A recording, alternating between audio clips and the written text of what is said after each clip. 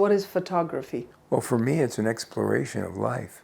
I love taking pictures, and I always think of them as conversations with the future, because whatever you show people today, they're going to look back at it and say, wow. Hey, Bill. Mr. Nation. No. Hey. Hey. Levon Parian. Long time no see, buddy. How you doing? All right. Oh, jeez. Just Stopping by, by. looking for Okay. maybe electric bike or something. Really? Not really. Okay. Well, thanks for showing up anyway. So, I just came to say happy birthday, man. Oh, yeah, it's it your is. 70th birthday. I'm I heard. 70 years old today. Yeah, Yes. I know. You're I still know. older. I'm older than you. Yeah. By 2 Now, months. so we met each other in 1980, and so we've known each other more than half our lives, Yeah. right? Yeah. Yeah. Good. And you've had this shop for almost that long. Yeah, I've owned the place 38 years. I worked as a photographer up until 98. And then I came in to kind of help out what was going on here, and it sucked me in. And I've been here since. It's how business goes. Yeah, it is. It's become a different lifestyle. Yeah. Let's talk about photographers that you have worked with and became friends. And one of them, if I'm not mistaken, was Bill Nation. Yeah, well, that's from Art Center. So let me tell you the story about Art Center. I came to visit my parents. My parents had moved. There was the Shah fell in Iran, and my family escaped from Iran, another escape pattern. Escaped from Iran and went to California. And I was in Illinois still. So I went to visit them.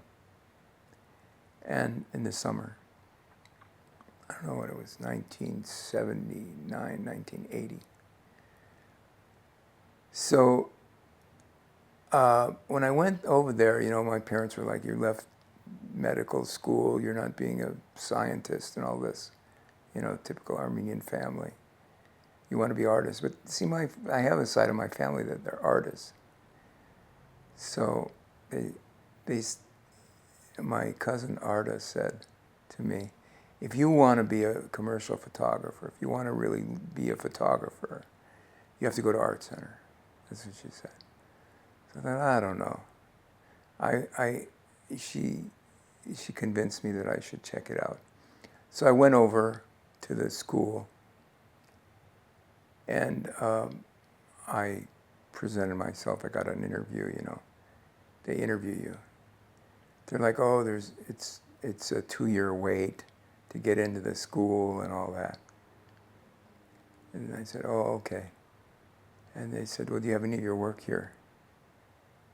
I said, yeah, I have a portfolio. So I pulled out my portfolio, gave it to him. And he looked at it, and he looked at me and said, do you think you could start this summer? Wow. Yeah. That's how I got into Art Center.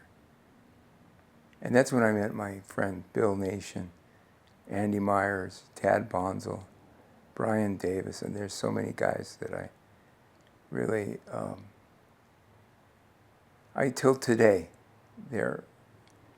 we communicate with each other and we're friends. And this was in 1980. And Bill is always around. That's what I like. We used to go on trips together to Mexico, and it was pretty crazy. We did some crazy things and came back and we're, wow, you know. But Andy Myers passed away. But Andy had a lot of connections. Near the end, he was in filmmaking. And one day, you know, he didn't have much money, but he came to me and he said, Levon, I need a car. I said, what do you need a car? He said, I need a Porsche. Like, a Porsche? What am I going to do? He said, you got that American Express credit card, don't you? I said, yeah. He said, let's go rent a Porsche. So I rented a Porsche for him because he wanted to impress some people about in Hollywood to get a position as a director in a movie. He got it. And he had me assist him in a lot of things. I worked on a lot of shows with him. Well, I met a lot of photographers. I met a lot of models and actors and things through him. But I also assisted Helmut Newton, which is a pretty well-known photographer. And I met him through my friends, Bill Nation, Andy Myers. And I assisted Helmut for 3 years. Learned a lot from him. He was quite a crazy guy. I remember one time we went out, we were going to shoot something on the beach. And he had this girl out on the beach, and some guy just sitting there on the beach and was in his shot. Came running over to him and he said, "Get the F off my beach. Get off, get off, get off." This guy got so mad that I had to pull him aside and say, "Look, I'm really sorry." He says, "Who does this guy think he is?" and everything. I said, "Well, he's Helmut Newton and he thinks he owns the beach." He says, he was French. He said, "It's Helmut Newton? Oh my God. He can have the beach. It's his." So this is the kind of thing we went through all the time. Well, when I met Levon the first time, I was living in Chattanooga, Tennessee, and then Knoxville, and a group of us from Tennessee moved out here to California to go to Art Center College up in Pasadena. And it was a summer class. It was, what was it? It was long ago. It was, I forget what year it was. Let me think of that minute. It was, because it was 40 years ago. So it was 1980. It was 1980. We all met up, and there was, I didn't know anybody. There was maybe 20 people in the class. So nobody knew any other, but photography was a hot business then. And Art Center College was a very focused on business. It was photography, but it was very technical and very focused on getting things done on time. And our class, we all bonded very tightly, and a lot of us are still friends today. Levon lives near me. Funny thing is, I'd never met an Armenian in my life until I met Levon. And now my business is Glendale, which I think is the largest enclave of Armenians and outside of Armenia. So how things came around, and we've been friends since. We have a funny relationship. He kids me a lot. I would kid him a lot. He was always very well loved at school. His work was, I remember he did a still life one time that was quite brilliant. He took I think it was a pig's head, and did you had to recreate something like a Renaissance painting. And he made that happen. He had to shoot with a 4x5 camera. So technically he used hot lights, there was no strobes. But he and we did trips. There was another guy, Andrew Myers, and a guy, Tant Bonsall. Andrew was on his way to be a top DP in the world, and he unfortunately died very early. But we made some trips to Mexico together. We'd load up in my Buick convertible, my 1970 Buick convertible, and we drive down there and have big adventures down Ensenada. I would say there's 3 things I would think of when I think of Levon and his work, and very influenced by the Armenian genocide. Lots of his things a lot of his projects are themed that way, and he gives so much back to the community. I mean, he did a piece downtown near Pershing Square, very large photo pieces. He did a show very recently at the Glendale Library, and that was almost the last time I saw his mom alive. I was a really big fan of his mom and his father. I knew his father, I knew his sister, I knew them because, so long. And he's just a very compassionate person. He doesn't if he gets angry, he doesn't hold a grudge. I'll say that. It's funny, my friends and I, we say Levon is almost like an old soul. He's not, he's always been kind of lovingly, I can say, an old man. This is the kind of thing I might want. Well, it's an electric bicycle. That'd be... Yeah. That's actually really fun. It's got a flat tire, but I think it might be the kind of thing Well, we'll give you some money off on that. You'll give me some money off? We won't charge you for airing up the tire. Well, if I drive this around town, I'm going to want something for my promotional services. Talk to our social media department. I liked your ad, though, by the way. It was terrific. Which one? The one where the dirt bike going around and stuff. Oh yeah, yeah. It's You a guys really pushing cool dirt ad. bikes. I just signed the agreement to become a dirt bike dealer. We were both in Los Angeles in the '80s, and the photography business was huge then. Lots of commercial photographers who would come from out of town. They'd hire assistants. You'd get paid $75, $100 a day to be the guy, to either drive the photographer around, he or she, go rent the equipment, help set up shoots. And we got blessed with being recommended to Helmut Newton to be his assistant. So sometimes Levon and I, and also Andrew Myers, we would swap off being his assistant. Joke or not joke, well, Levon had some awesome shoots. He got to work for Sade. We all got to meet incredible celebrities and really awesome people. And part of the job was we would drive Helmut and his wife June around. This is we were working independently, not the same, but we would drive around. And one day Helmut came to me and Andrew. He goes, "What do you think of Levon's driving?" We went, "Well, we don't let him drive us." And so he kept using Levon as a photographer assistant, but Helmut said, "They tell me your friends don't want you to drive." So it was kind of a running joke we have with Levon.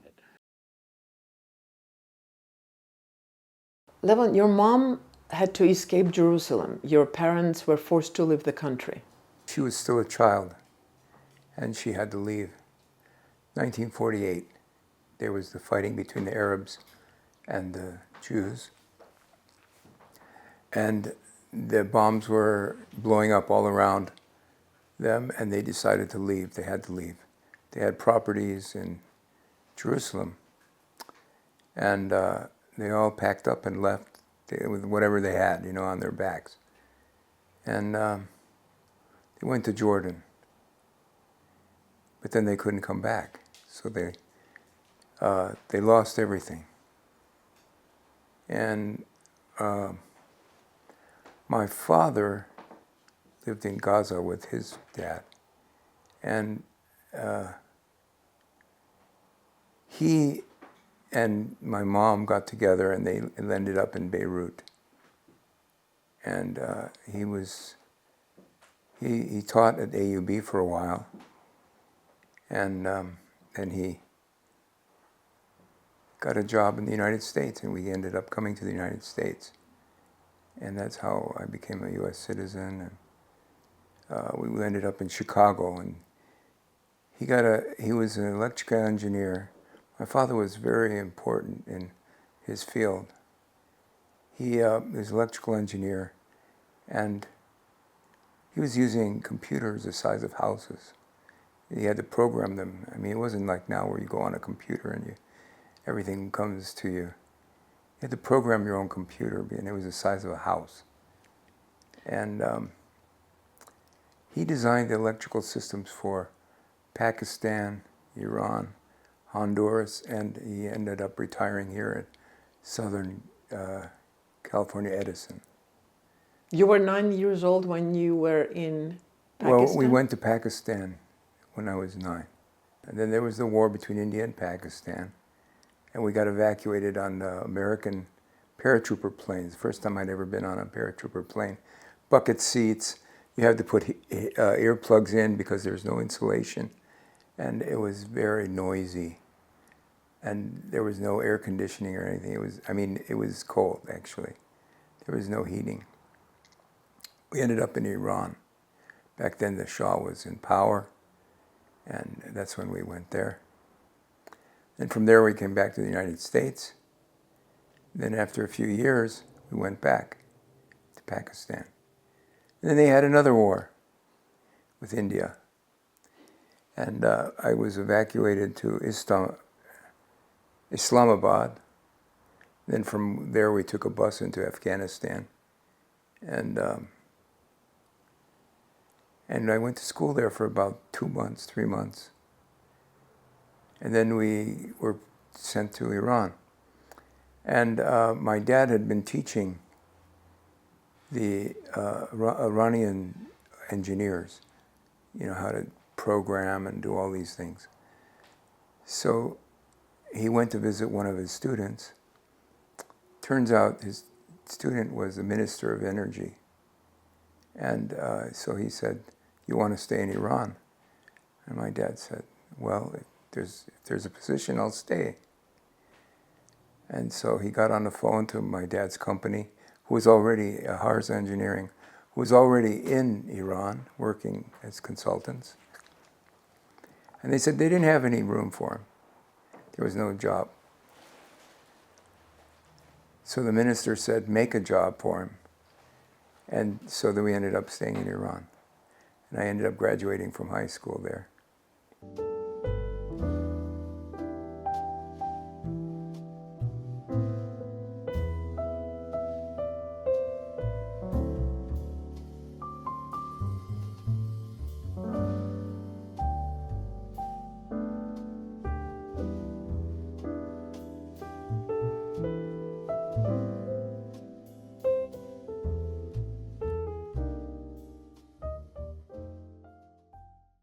I met Levon Parian because we were in the same exhibition about the LA riots in 1992, many, many years ago. And it was very interesting. I went into the gallery. My picture was one of the first pictures I had taken was in the show. And then Levon had been an artist for almost a decade. Then he had a work. And I said, oh, Armenian guy. Oh, then we met. And we said, let's have coffee. And so maybe a week later, we had coffee. At the time, he had a studio down in Culver City. And then on that, when we were having coffee, we realized that we were both working on the exact same project, that is photographing genocide survivors. So he'd been working on that project for a number of years, but he had difficulty connecting, he had difficulty getting the project going because he needed something to really start kind of organization of it. He had worked with another organization and they weren't very open to photography. So I said, look, I'm doing the exact same project because I had just then had started this work, photographing genocide survivors, because I had seen how they were already all frail and one foot in the grave. It was like this whole generation was fading, and so we said let's work together, right? Because he was already, he had done all these portraitures, and portraiture is a very kind of specific kind of art form, and I kind of learned with him. We learned how to photograph genocide survivors in a way that really made sense for the topic. And we worked very closely together for many, many years. And we organized a whole project. We would photograph, we would bring lights, we would sit down together. He would take the camera, take pictures. I would take the camera, we would take pictures. And we also organized oral histories with genocide survivors, knowing that, without the story, people don't know the story. The genocide story was not well known, especially back then in the 90s when we first started, mid-90s. And so we organized this whole project, and then immediately we had exhibitions, and over 90s, it's almost 30 years now, right? We're in 26, more than 30 years we've been working together. We've had, I don't know how many number of shows. We've had public spaces, we've had museum shows. And then for the 100th anniversary, we worked really closely together, and we did this huge outdoor public art installation.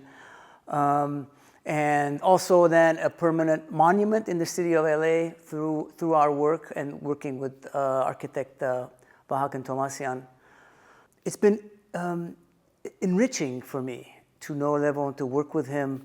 He's very meticulous, in that way, very detail-oriented, things that you would never think about. He will focus on, and he will really spend time trying to figure out how, for instance, to take a photo, or how to approach, how to exhibition, how to present something. He's very meticulous that way. And he's also very open, as a human being, always ready to do something. And I'll call him, Levon, these people are interested in our work, and let's do it. He goes, okay, let's do it. And even though he's got a million things going on, he'll do it. Like, for instance, right now we have an exhibition that's going to open in a couple of weeks in Illinois, at the University of Illinois.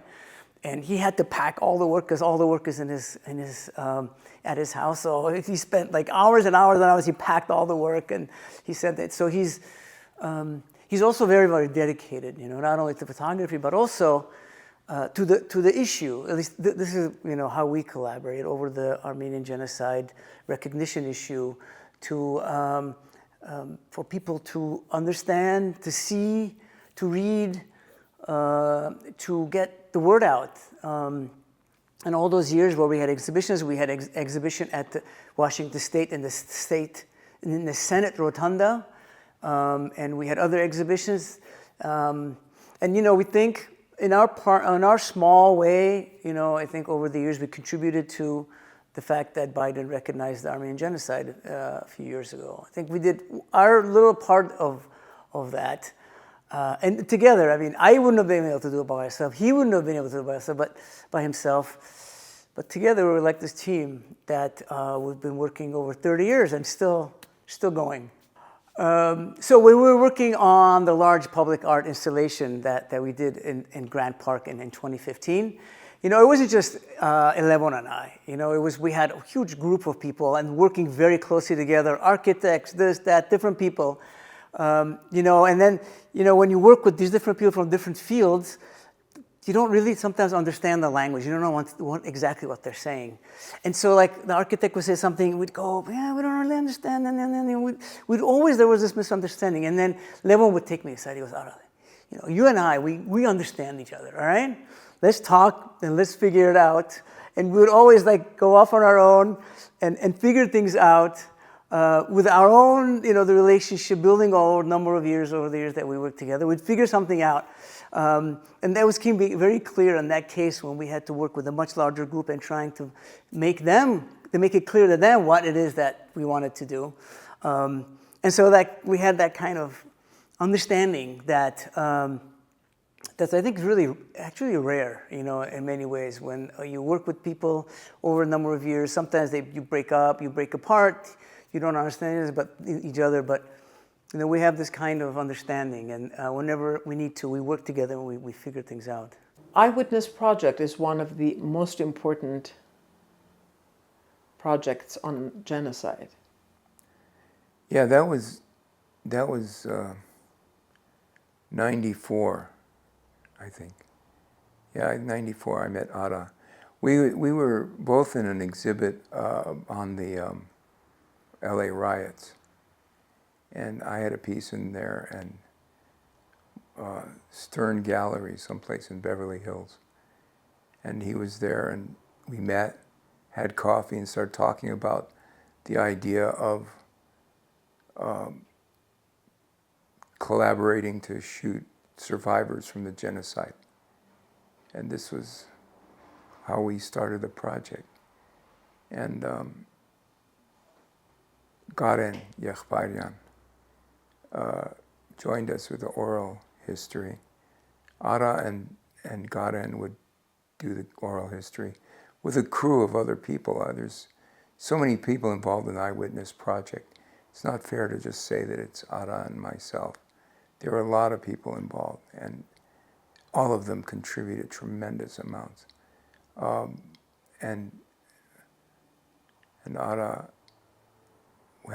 was a force of nature, actually, because he just drove things forward, So the project wouldn't have worked without him or me.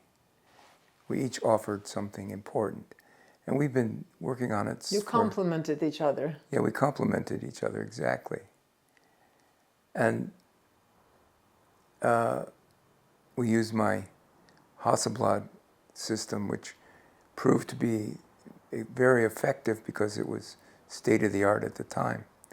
And it allowed us to blow up these images the size of a house. And it was amazing, these sculptures we created as part of the Eyewitness Project for the 100th anniversary. This was Vahagan. Tomasian was the architect, and God, there are so many people that worked on this project. Supervisor Michael Antonovich was an important person for our project. Without him, we would never have been able to put it together because he gave us the place to do it, which was Grant Park, which is a county park right in the center of LA. And we had so many people involved in our project. Henrik Mansourian really stands out, and Armine Hovanesyan, and Rubo, and Mari Mansourian, Anahid Oshagan, the whole Oshagan clan actually, and the Parian clan, we all worked together to make this thing happen. So many people, I mean, they donated money, time, and expertise, whatever they could. And that's how this was a community project that came together and was very successful. They said that over 150,000 people saw this exhibit. That's the estimate from the county. There are tour buses showing up from, people going to see Disney Center, and they'd come and they'd look at the project and take pictures from all over the world. And we had responses from people who were noticing the project all the way from the Ivory Coast, actually. My cousin, who was in the Peace Corps, said, "Hey, one of my people sent me a picture of your project." And so it got around quite a bit. And you should look it up because it's really impressive. It was done in Grand Park on 2015.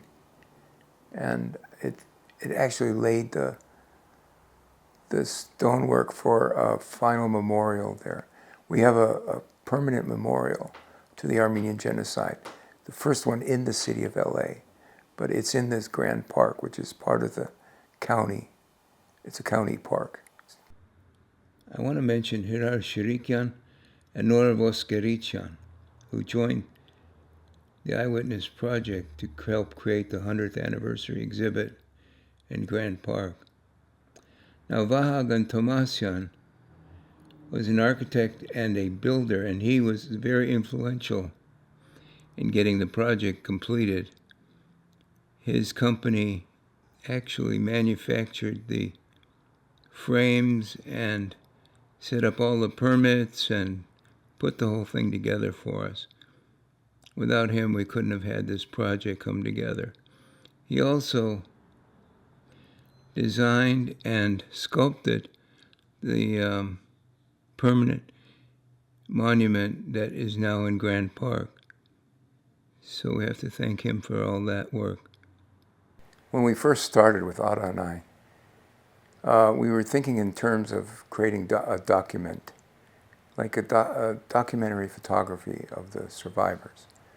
But quickly we saw that they were in an environment that wasn't really theirs. They were in some foreign place, their grandchildren's house or something, and it was never really made sense.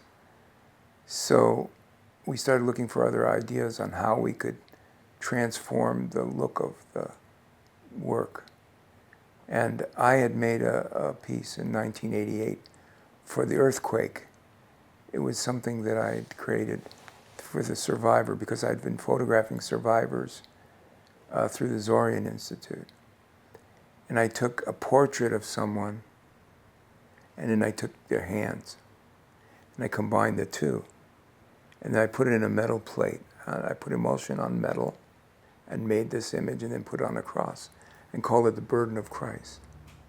Because Armenians were in the middle of this sea of Muslims, and we were being persecuted for our religion.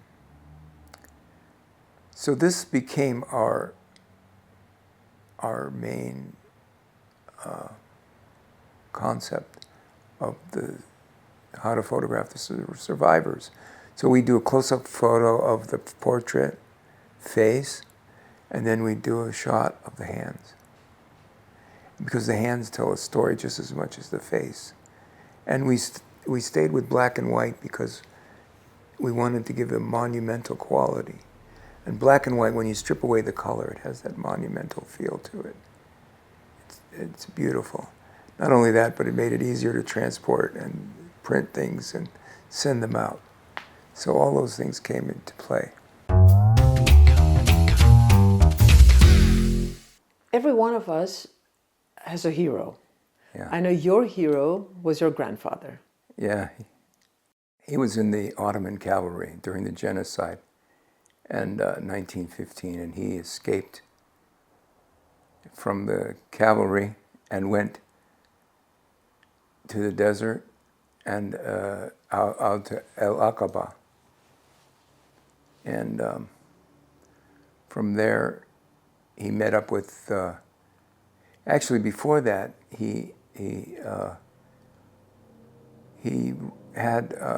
went to and found an Arab scribe because he didn't know how to write Arabic, and he wrote a letter to the king of Mecca, Ali. And now that's an interesting story. yeah, this is very important too for Armenians, because what that did was he wrote the letter. He said, "Please help the Armenians. We're being massacred." And Ali wrote a note to his sons, who were Prince Faisal and Abdullah, the king of Jordan, and became the king of Syria. And he told them to take care of the Armenians like they were your own people. And so that's why there's so many Armenians in Arab countries, because of that fatwa. So we have to be grateful to your grandfather. Yeah, he did a lot of things. He went back into the desert and brought 4,000 people out of the desert, Armenians, and they gave him paperwork. The Arab nobility gave him paperwork to stop trains and military trains and put Armenians on them and send them wherever he wanted. And one of your books is about your grandfather. Yes, it's called Crows of the Desert. It was his memoirs. My father wanted me to write this book, edit this book for him. It was written originally, handwritten by my grandmother as a memoir. My grandfather would tell her the stories, and she would write it down. And so there was a book where she wrote down all these stories. My mother translated the book, and I edited it to make it into an interesting story.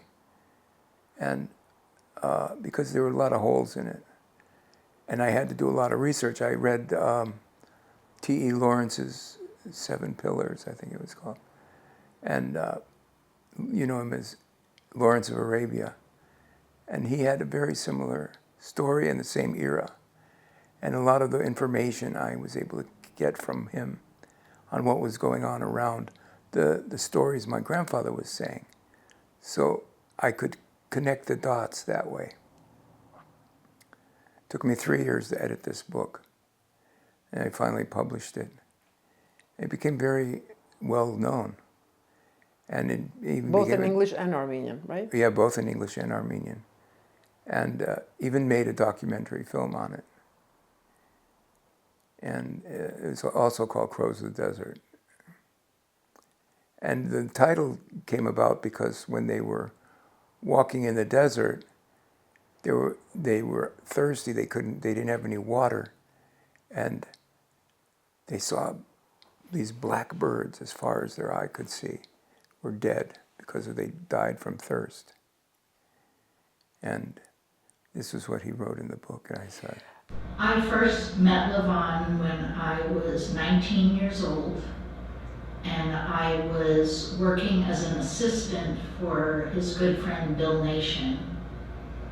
And Bill and I would drive to jobs, and sometimes we would stop at Levon's studio and see what he was up to.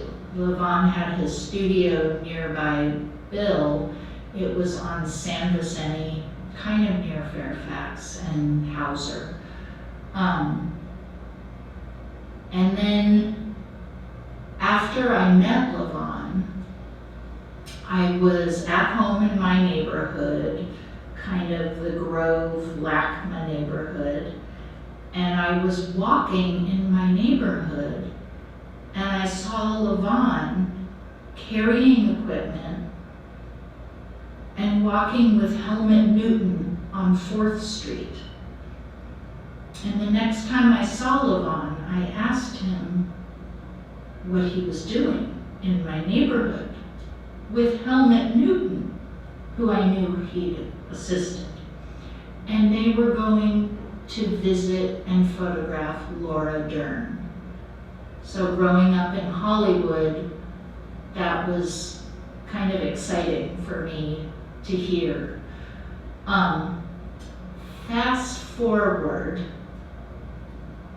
to the early 2000s, I had taken Levon's advice as a 19-year-old and gone and finished my undergrad at UCLA, and then went on to get my MFA at the University of New Mexico. He had encouraged me to complete my education, and I kept that in the back of my mind.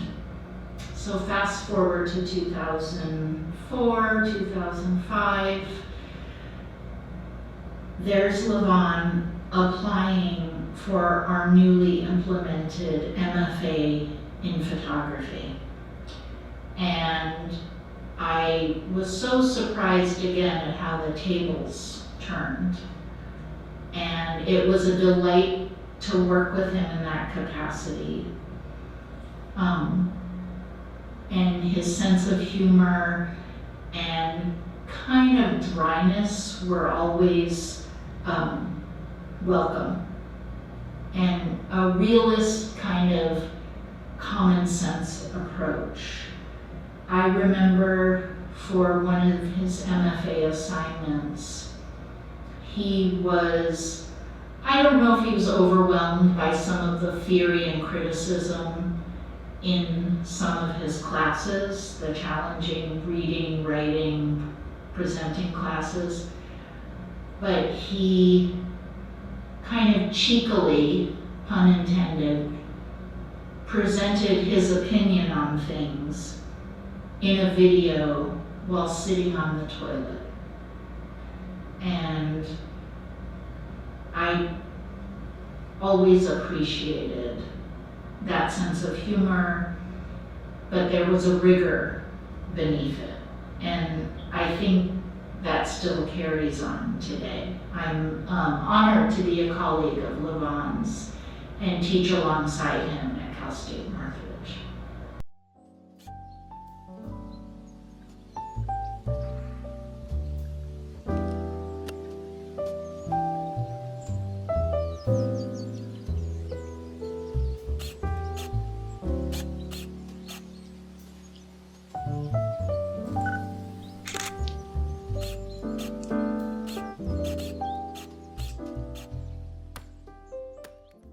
I remember in one of our conversations, we've had several interesting conversations, you mentioned that you made a career change when you watched a masterpiece by Stanley Kubrick, one of his masterpieces.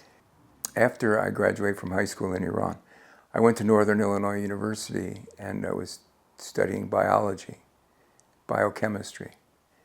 And I was working on my master's degree in cellular physiology. I'd taken some photographs of cells and with electron microscope and done some research, and they were being used in textbooks actually. And I found myself being more interested in the photographs than the actual research I was doing. But the thing that really got me to change my career was there was a girl in my chemistry class, and I wanted to take her out. So we went to a movie at the University Center. We didn't know what it was. And it turned out to be Clockwork Orange by Stanley Kubrick. And this is a movie that has a lot of violence in it, but the beauty of the film was it took violence and used classical music and slow motion photography to make things interesting. And I was mesmerized. And the girl who was with me said, I can't watch this anymore. And I said, oh, okay, goodbye. And that was it. I was hooked. I saw what images could do. And I knew that I was in the wrong field. The emotions just came out of me. Your first gallery exhibit, I think, was in 1979? Yes, that was a photography? three-person exhibit of portraits. It was a series of work that I'd been working on. My whole idea when I left Northern Illinois University, I went to Southern Illinois University, and they told me it was a good school, and it was. It was a very good school for the arts. And my intention was to create images I'd never seen before. I was experimenting and exploring ideas of how could I make things unusual and interesting. You know, to create images that would be inspirational to others as well as people who've never seen before and go, wow, you know. Back then there was no Photoshop or anything like that. So you had to do it all in camera or in the enlarger or something. So I chose to do some portraits with a wide-angle lens close-up. And nobody does that at that time. Nobody did that. That was like insane. They thought I was nuts. In fact, some people said, this is horrible. But then later on, they used your techniques. Well, yeah. I mean, the thing is that after a while, I started noticing other people doing it, and pretty soon it became pretty common to do it. And I chose people who had animals, pets, and I had them photograph them with their pets. But what else I was doing was I was taking a flash unit and taking it off the camera and holding it to the side and going with long exposure and then flashing it at the right moment. So this technique gave me more depth in the images because you'd get nice shadows. Whereas if it was flash on camera, it's a flat-looking picture. So that was part of what I did.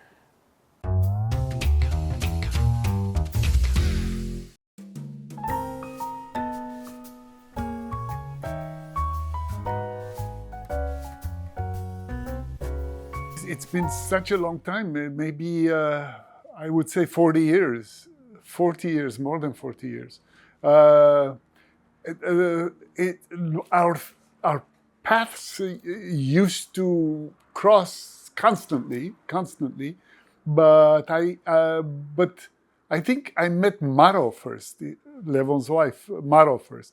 And I loved Maro. She was an amazing person because we were working on a play. We worked on a few plays, and she was the costume designer then.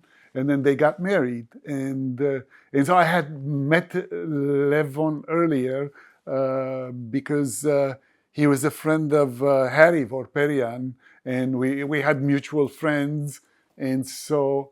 And I always found his work fascinating because in those days, what Levon did was edgy. It was considered edgy. There was nudity, there was abstraction, there was his images were thought-provoking, sometimes with religious undertones and stuff. So I was. For me, I loved his character also.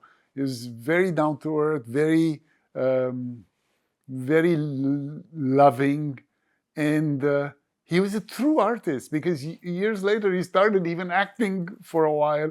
He used to dabble with writing and it was and every time I saw, it's been 40 years now, and we haven't seen each other for a while, but every year, with no exception, I call him and say, happy birthday, Levon. For a while, I was painting on nude models. I was painting on them, not painting nude models. So I had an exhibition, and I was doing a live show of painting on 4 models nude, and Levon took some fascinating pictures, and they were 3-dimensional. Like you had to use special glasses in order to see, and so I always thought he was great. He really is one of the best. I would say one of one of the most important characteristics about Levon is he's sort of the cleanliness of his character. Okay, he has. You can trust this guy. You know, you can trust him with your life, and he has a very dry sense of humor, which I appreciate a lot.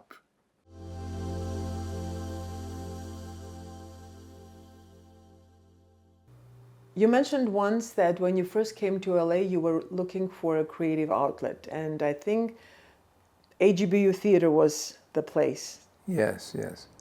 I went and I met Giray Papazian, who was directing a play, Much to Do About Nothing.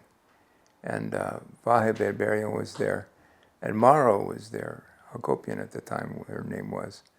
And I photographed the cast, and I gave Maro a print because she looked so nice.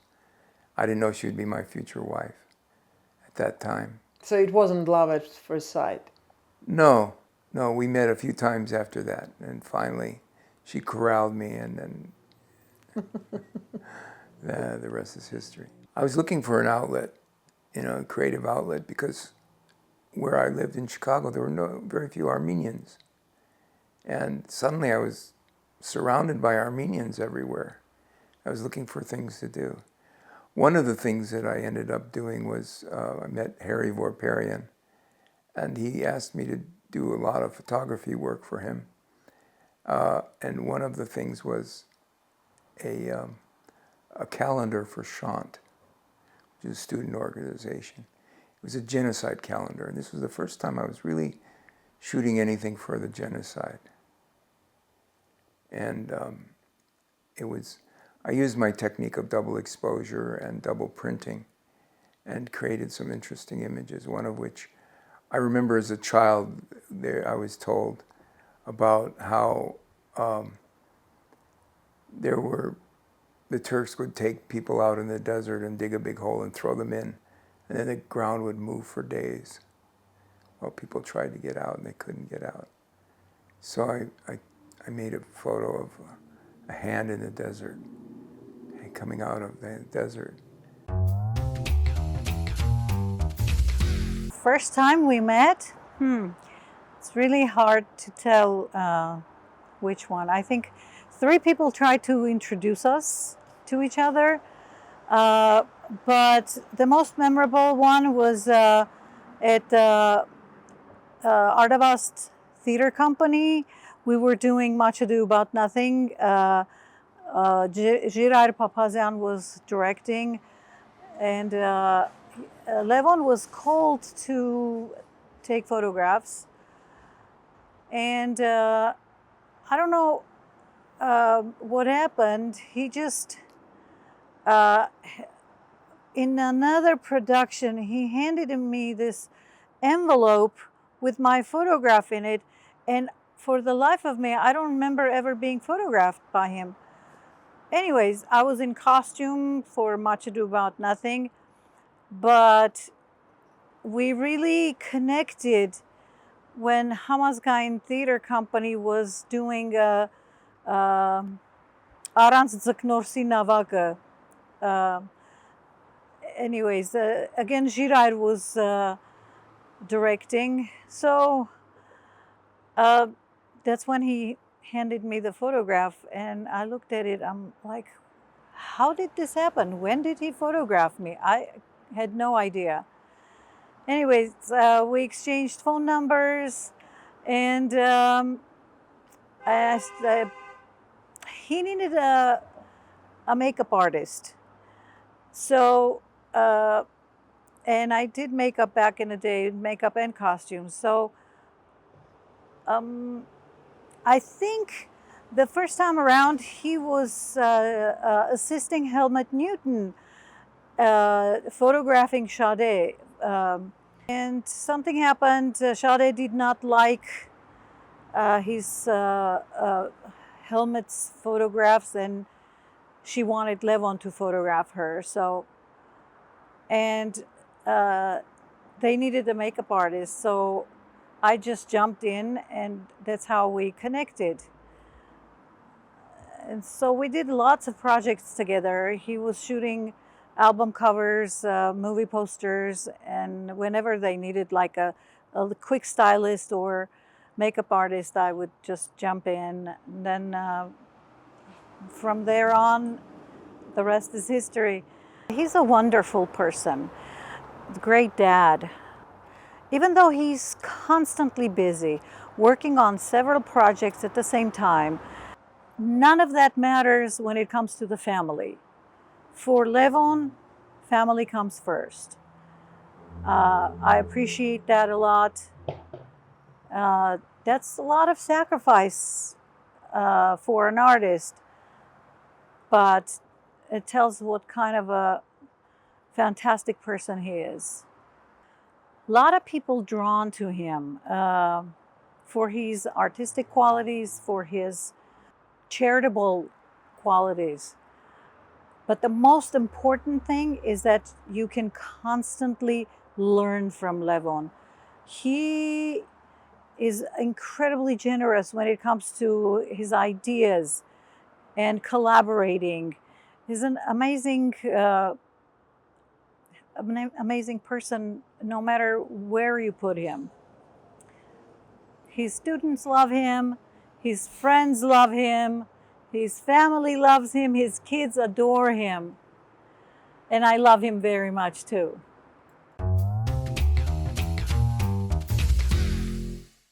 Your students love you. Is teaching your forte? Well, I find myself doing it regularly, and I really do enjoy teaching students because it makes me realize all the things that I've done and all the places I've been. And I've worked in a lot of films as a still photographer. I've also worked on running camera, and I can tell them about all these things. Because there's a lot of people that want to get into the film industry. They have no idea what they're getting into, and it really helps. So I teach a class, Art 250, at CSUN, and it's a prerequisite class, so they have to take it to get into the program. And we teach them how to shoot film, black and white film, and how to process it and how to print it. So it's quite an advanced class. And also the theory of photography and stuff like that I go through. And how to experiment. That's my favorite, is experimenting with the film. I took a photography class with Levon back in 2022. I was barely a sophomore at CSUN, and this was my very first in-person class there because of the whole COVID thing. Everything was online back then. But right away, Levon was the coolest teacher I'd ever met, and I still stand by that statement to this day. After the class, I was the only one who kept in contact with him, and from that point on, he became my photography mentor, and still to this day, we go out and practice photography all the time. But one day, I decided to make a little piece on him. It's called Through the Lens of Time, a little documentary, if you will. It's about him and all the cameras that he has and everything. We switch cameras throughout all the time in there, and clips from that video are used in this documentary. Not only was I interested in collecting the 3D, I was actually making my own. I started with different cameras, explored the different cameras that were out there. There's one as big as a horse, and every time I pulled it out, everybody looked and saw and came over to see what I was doing. But eventually I found a little camera. It's called a Revere, and I could shoot it as fast as I could think. And it takes 2 shots at a time. So the larger camera, I could shoot 6 images, and I'd have to change film. But this camera, I could shoot 25 images and not have to change film right away. So I was able to capture spontaneous things. And I got to the point where people didn't even know I was using a camera because I could shoot just like this and shoot like that. And this was what I was interested in at the time was I was studying the theory of the male gaze. And I was told by some women in my class that I have no right to think that I should be able to understand what women think about the male gaze. So I thought to myself, well, I'm a man, so I should explain the male gaze through me, what my male gaze is. So that's how it came about. And I called the series Scopophilia.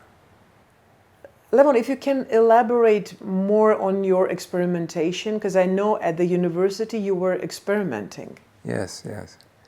So Arsha Luis, I would take a roll of film, let's say, and shoot it through the camera, and then wind it back, and then shoot it again, and not knowing what I'm going to get. But I had an idea. I would find complex things that I wanted to put together. When you do something like that, you don't know what you're going to get. So it's really fun on one level, and it's also frustrating and exciting because, you know, things that you think are combined nicely together, and then you get the film and it's like, oh, didn't work, or wow, this worked great, and I'd be surprised.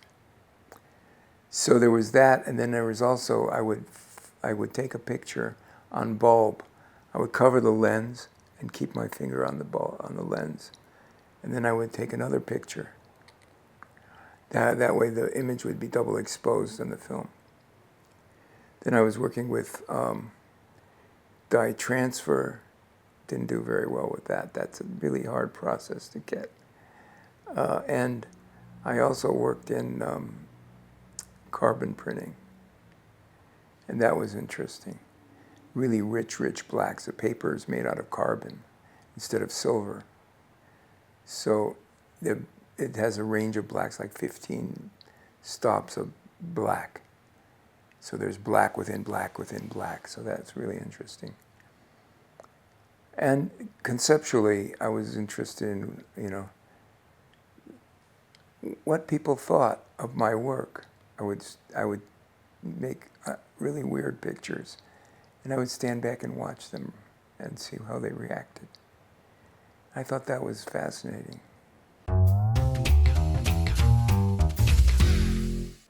You also ended up working at the Playboy magazine? Yes, I assisted there, and it was very interesting. I never knew all the things that went on. I mean, first of all, there's one of the first things I learned was that the whole idea behind nude photography was to make people look, in this case, look really good. And what they do is hide all the flaws.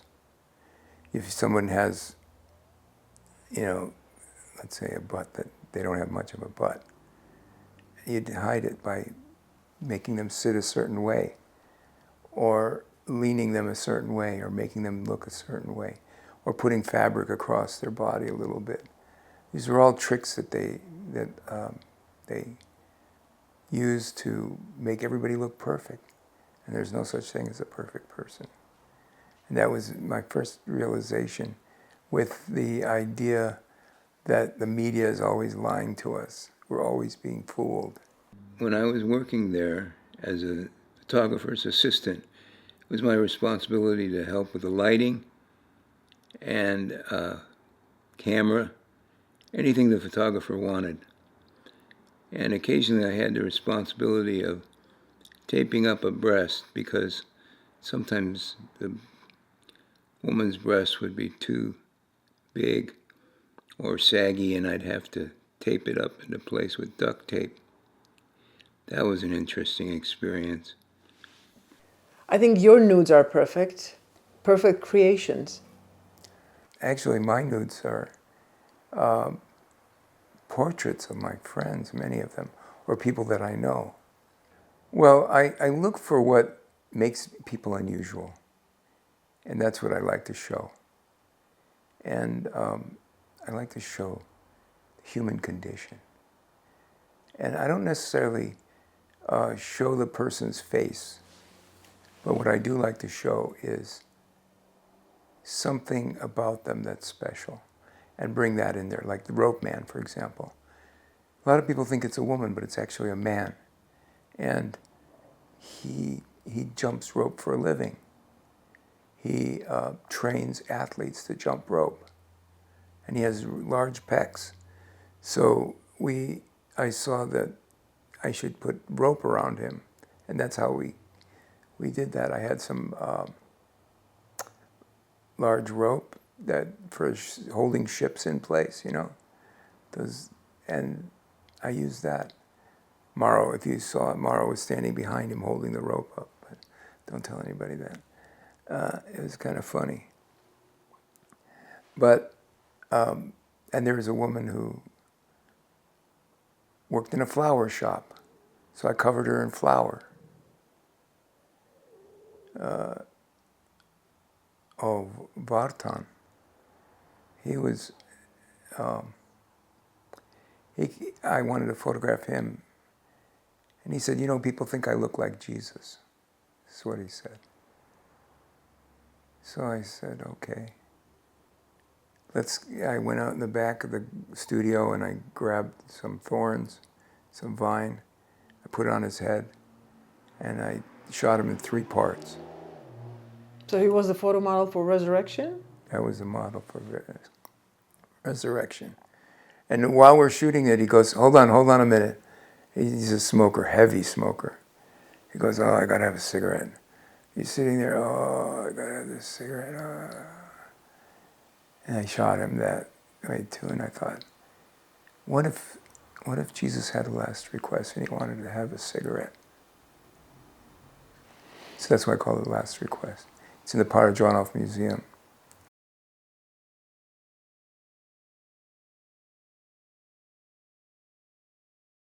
I know that you've worked with many models, but someone, I think, stood out. How? Well, you're probably talking about Carrington Archelaus, because Carrington was a very special model for me, and she's a very special person, because she's very talented. She's a musician, she's a model, she's a performer, she's a writer. She has a great many talents. And we bonded very close. When I first shot her in Duarte for a Maine magazine project about artware, it was called. And it was really crazy stuff. And she was in a lake bed, buried in sand. And then she was cold, and we were close to my parents' house, so we went there, and she took a shower so that she could get all the dirt off of her. And from that point on, we were connected, because I'd never seen anybody who was so willing to do anything. And we just did so many shoots together for years and years, even today. If she comes to LA, she's in Texas, I think. When she comes to LA, she always checks me out and we try to do something together. The first time I met Levon was a photo shoot, and I don't remember exactly how we came together, but I do remember lying in an LA river that was dry, and I was nude, partly covered in sand with a giant fish mask on my head, and it was raining. I think that was in Pasadena, maybe. And it was cold. And my favorite thing about that shoot actually was that directly afterward, we went back to his parents' house where I could take a hot shower. And so I met his family the same day that I met him, and I've loved them all ever since. That was for Maine magazine in Venice or Santa Monica, and we shot a lot together following that. More for Maine Magazine with Carolyn Krauss, who created this amazing artware out of 16 and 35 millimeter film. Gorgeous. And I became her model, and Levon photographed her work a lot. I remember being in a mermaid costume with a long blonde wig sitting on a Cadillac. At some point I was wrapped completely in saran wrap, which was tricky because you don't want to breathe and get your breath on the saran wrap and ruin the photograph. You also don't want to, suffocate. So those early shoots, we're talking, Hasselblad with Polaroids. So every shot really had to count. So it was riskier, a lot riskier than shooting is now, and so, in some ways more special. What else? He shot promotional photographs for my band, one of which was quite an amazing shoot. It was right after the LA riots, and I had this 8-piece band. And we were responding to all the energy of the riots. And so I used to do this live show where I would strip down to a kind of a little leotard thing and get my body painted. And then body paint would sometimes wind up on other people in the band. So I had this idea for a shoot that we should get it body paint on everyone. And then we brought in this big garbage can and we were banging on the garbage can. It was very sort of riot oriented. And Levon was up on a ladder, I guess, to get that angle. He fell off the ladder, broke his arm, and kept shooting. And meanwhile, as I recall, an Armenian film crew came through during that shoot. That was an exciting day. Let's see, so many. Of course, all the stuff with me in a burqa, those were powerful. I think those came out pretty powerful. I'm a full body makeup on a couple of occasions. Those were very intense shoots, and we got results that now people use Photoshop to get the kinds of results he got with his camera. The last still shoot I remember doing, I remember being in a theater, and it could have been, I don't know where that was, Levon, you'll have to tell me where that was. But I just remember lying, I think I was nude, and I was looking in a mirror, and the camera was seeing my face in the mirror shot from me. I was I don't know what happened to that image. Lots and lots over the years. And we also we got into a phase, I got a hold of a Super 8 camera and we shot a bunch of Super 8 film, including we went on a trip to New York City and tripped all around the city shooting Super 8. And I just remember Levon asked everyone that we met, why do they call it the Big Apple? And we got different responses to that. And we shot a music video. He shot a music video for me, Rock Me to Mars. There's more, but that gives you a basic idea. We shot together many times over the years. And of course, I know his wife and his children, and I knew his parents, and just really, really special people. He's a super talented guy. And actually, I look forward to shooting with him again before long. I dreamed you were my baby, and we flew between the stars. I dreamed you really loved me. I could tell by the way you played your guitar that you could rock me to China. You could rock me to Mars. Rock me to China. You could rock me to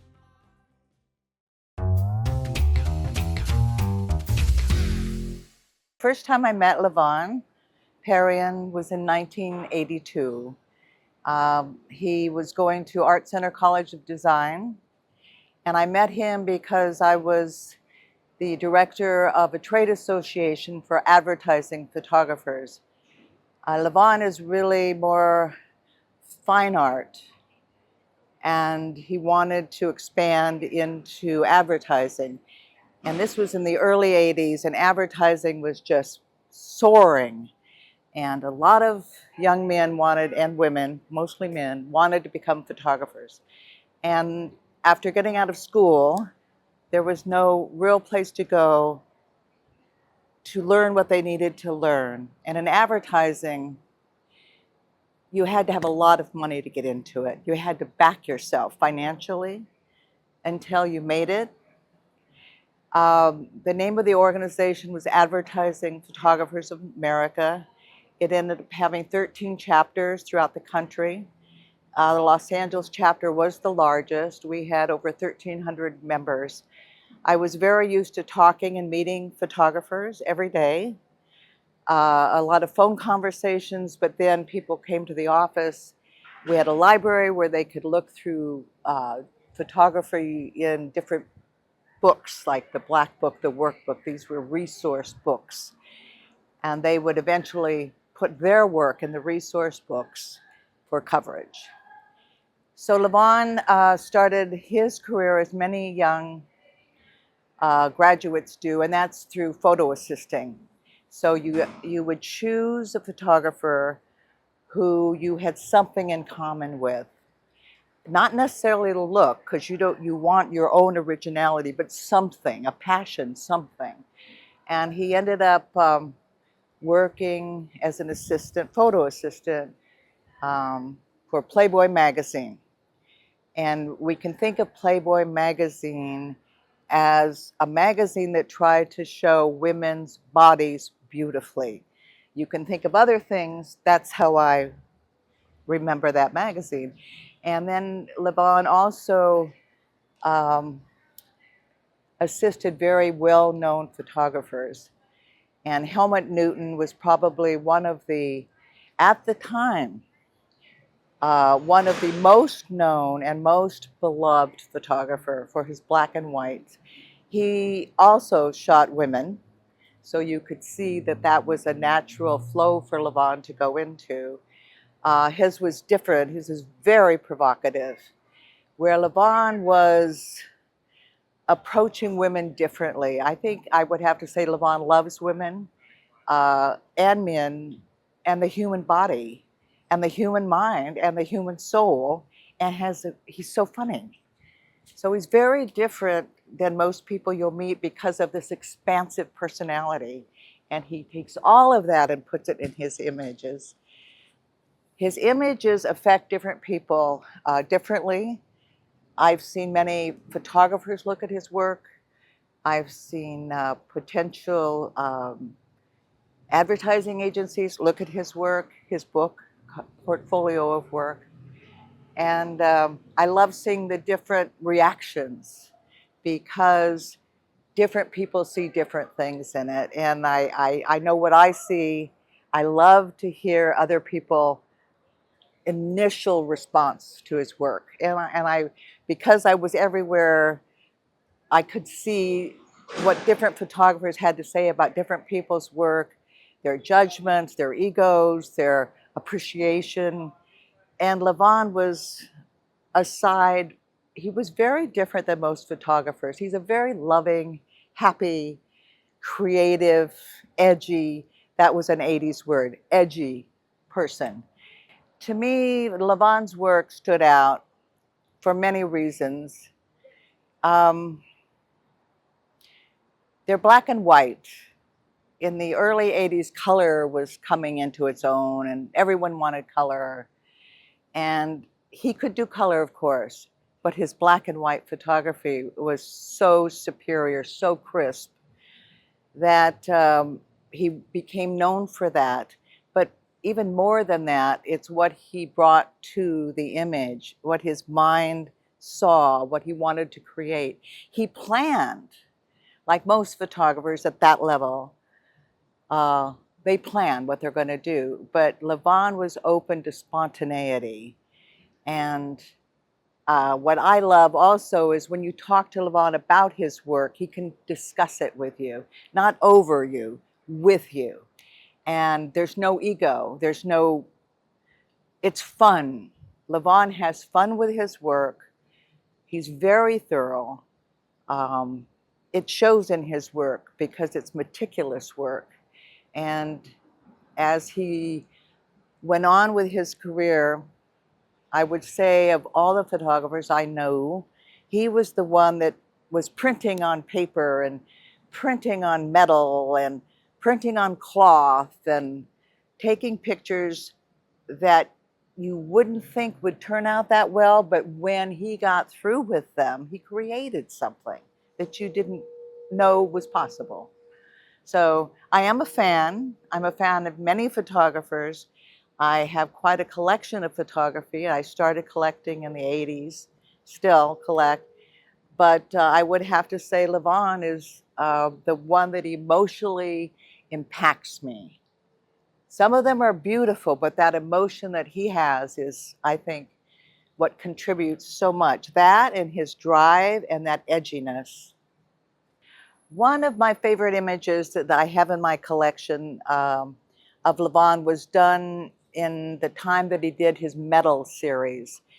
I did purchase 4 of those images, but I'd like to talk about one that's called The Resurrection. And it's a picture of Jesus. When I looked at it, to me, I thought crucifixion. For Levon, it's resurrection, and that gives you an insight to Levon. It's always something uplifting and positive rather than down.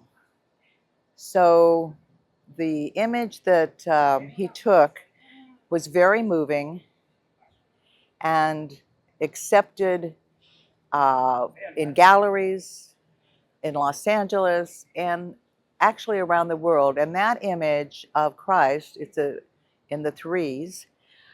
I can tell you a short story about it, but I'd like to mention that it ended up in the Museum of Modern Art in Armenia. And that's very important. Armenia is very important to Levon, and I'll get into that. But I'd like to tell you a fun story that Levon told me about the image. So, the resurrection of Christ. Levon was in his studio and he was shooting a sculpture. He was doing a series of nudes of artists, and he had a sculpture there. And they were just talking, and Levon's, chit chat. He can get things out of you that help him take your picture. So he said that the sculpture said, I'm told that people say I look like Christ, like Jesus. And Levon said, hold that. Levon goes out into the back of his studio and out into the yard and starts picking branches. And he gets a rope, and it ends up, he ties up his feet and he makes a crown of thorns. And you end up with 3 different images that make up the resurrection of Christ by Levon Parian. And I hope you can all see it in person. There are 3 in the world. I have one. I'm very grateful. I bought that when it first came out. Levon, I remember it was last year we were in London and you gifted me with your Lost Memories book. I think that's one of your latest books. Yes. Yeah, that work came from my childhood. And I wrote, it was 35 years in the making, because I wrote poetry and stories about the pictures. But what happened was they were in a flood. They were damaged. But everybody told me, throw them away. But I looked at them and I couldn't throw them away. And then I started opening them up. They were all stuck together and molded and really grimy and just disgusting, because they were in a container of water for a year. And I opened them up and then I started cleaning them up, and I saw the most amazing pictures. Most of them were Kodachrome and Ektachrome slides. Mostly Kodachrome survived much better than the Ektachrome. But the colors were fantastic and amazing. So I amplified that and made that into the book that you see. And those were, I didn't retouch much on those. They're very little. 40 years ago, Levon Parian found images from his childhood. Most of the images were taken by his father, and they traveled extensively when he was a young boy. Unfortunately, those images were almost destroyed in a basement in water. And Levon's background is bioengineering, and he's very chemically, he understands things. He had his own darkroom, developed his own work. As I said, he printed on many different things. but he had to restore these images. And with each image that he restored, it brought back a memory of his. And we're talking 2.5 on to 5, 6, 7 years old. So a very interesting time for a young boy traveling. I bought an image from this book. It's of an elephant and his trunk. And that image I thought was so sweet. Trunk up, very positive, family, we're in India, Indian elephant. I loved it. I had no idea the story about this. It's in this book. And just briefly, they were driving in India. They came, this not a fancy road. They came upon this elephant and this family. The husband, wife, and the children were on top, and they could not pass. And they asked the man with the family if they could just move over a little and the car could pass. They refused. They would not move. So there was a standoff. So Levon's father had to get out. He paid him, I guess, whatever it took so they could move on. But the story reality is so different than my reality. There is something that Levon wrote in this book that I'd like to read. It's very short, and it's not my words. These are Levon's words. A memory is like a fine thread. Pull on it gently, and you may unravel the link to a moment in your mind. A photograph expands that link like a form of time travel to those moments only we remember, or at least we think we remember. That's so perfect. I love photography because the memories are there and they're so personal, and everyone who looks at the image will take it differently. When I went out of Art Center, I went looking for a studio. And what I noticed was there were all these old photographers looking for studio partners. And none of them owned their own building, but they had a bunch of old equipment. And I thought to myself, these people have nothing. You know, what are they going to retire with? They had nothing. Because as a freelancer, you don't have anything, any pension or anything to fall back on. So at that point, I realized I had to buy my own studio, find a studio and buy it. So I found a friend of mine, Mike McKee. We were looking for a studio. We found a studio in West LA and on Venice Boulevard near Fairfax. And so we split the rent. And then we added a third person who was Shahan Manassian. And Shahan was a filmmaker, but he was working in the industry making inserts, which would be like if you watch any of these dramas, like he was working with Columbo, and Jake and the Fat Man, I think was another one. So let's say, you know, there's somebody puts their hand through the curtain to shoot a gun, and then, you know, or goes to open a door. These are shots, you don't have key actors standing around doing these shots. So they have inserts where they just have somebody like me or someone who has a similar looking hand put on a shirt similar, put on pants that are similar or something, whatever it is, and then open the door. So Shahan would match the lighting, open the door, and that's how we created that cut in between, that little snippet of information between the cuts. The idea was that we were in the middle of the photo district. It was an amazing time. It's not there anymore. Photo district has disappeared.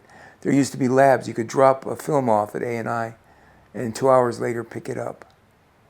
I mean, 2 hours. You could have your film ready. It was a process.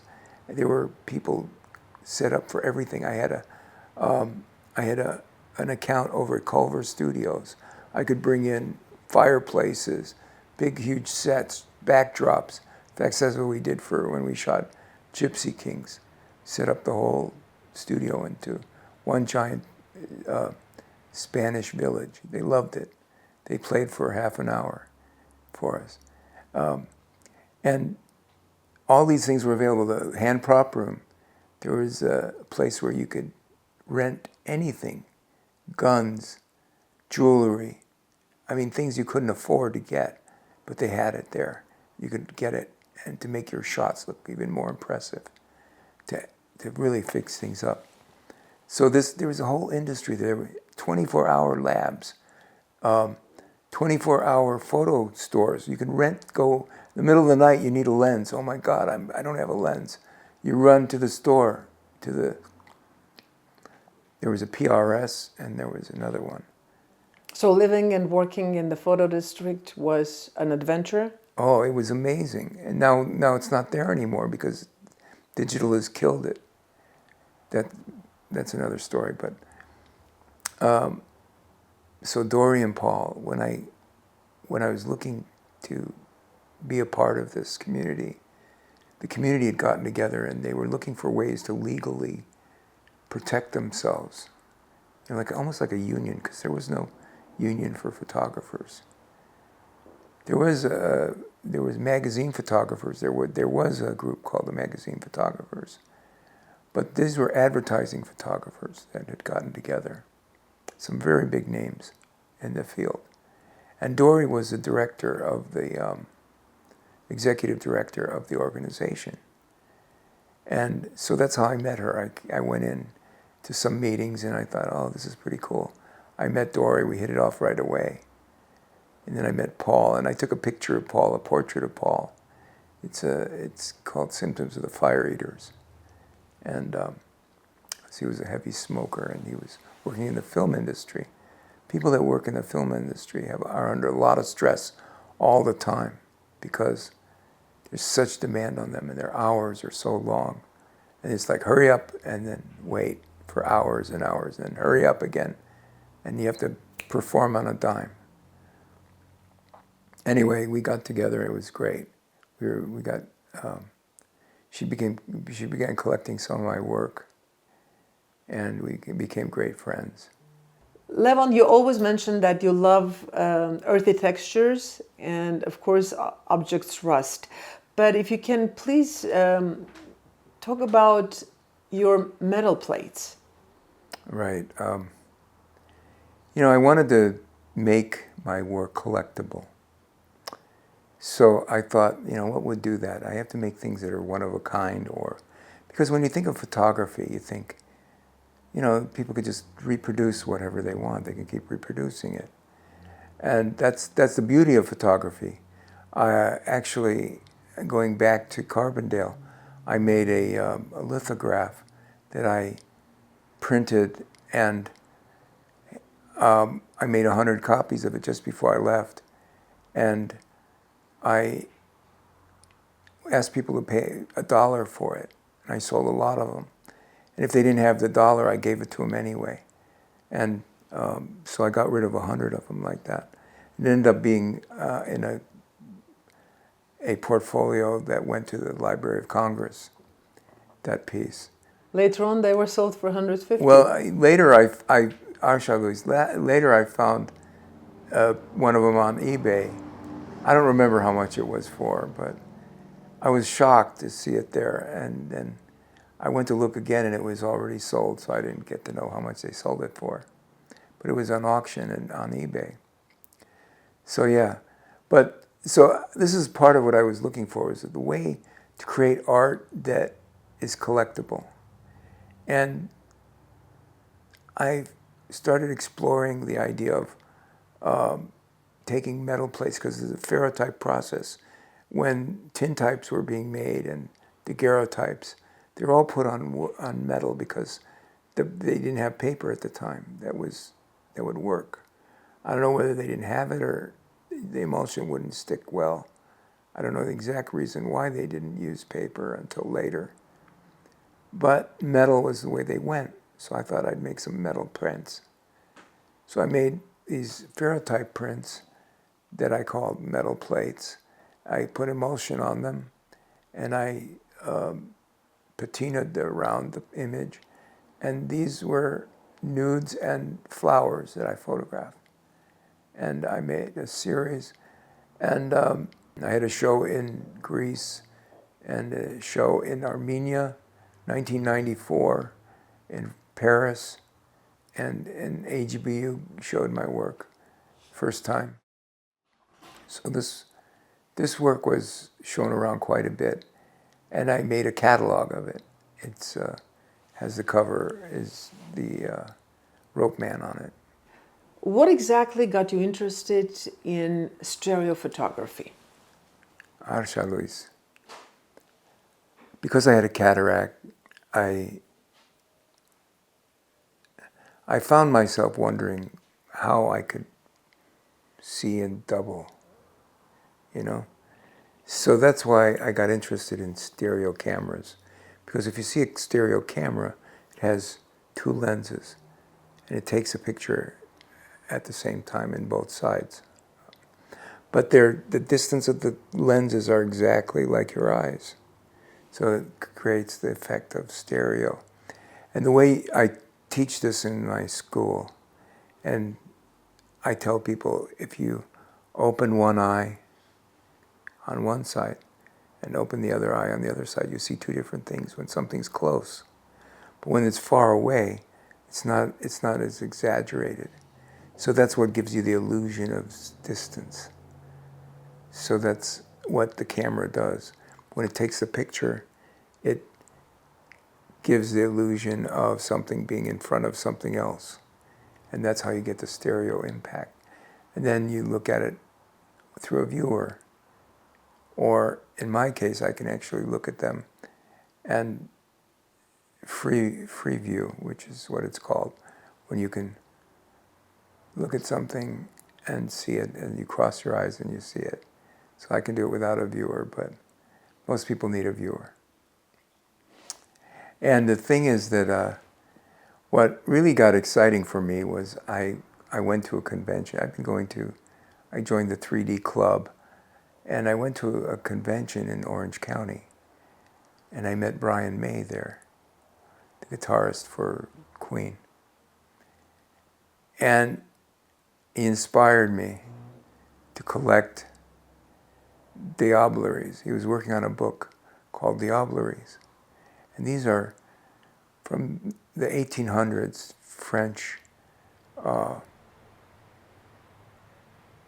stereo cards that when you look up to the light, you can see through them because the back is open, and they dye little, and they put little holes in it, and they dye it, and it's hard to describe without seeing it.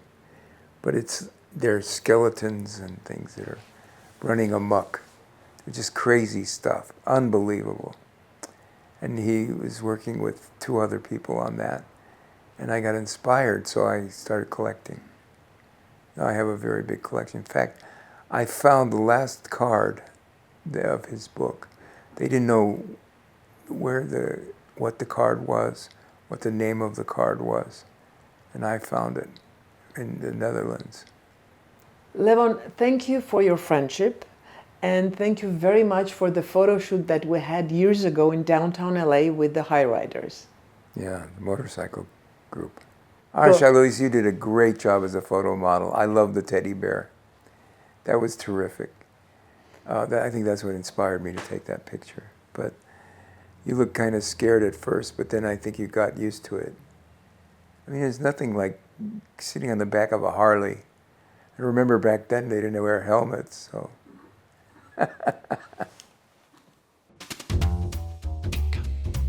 For advertising on Inside TV, please call 818-653-0199.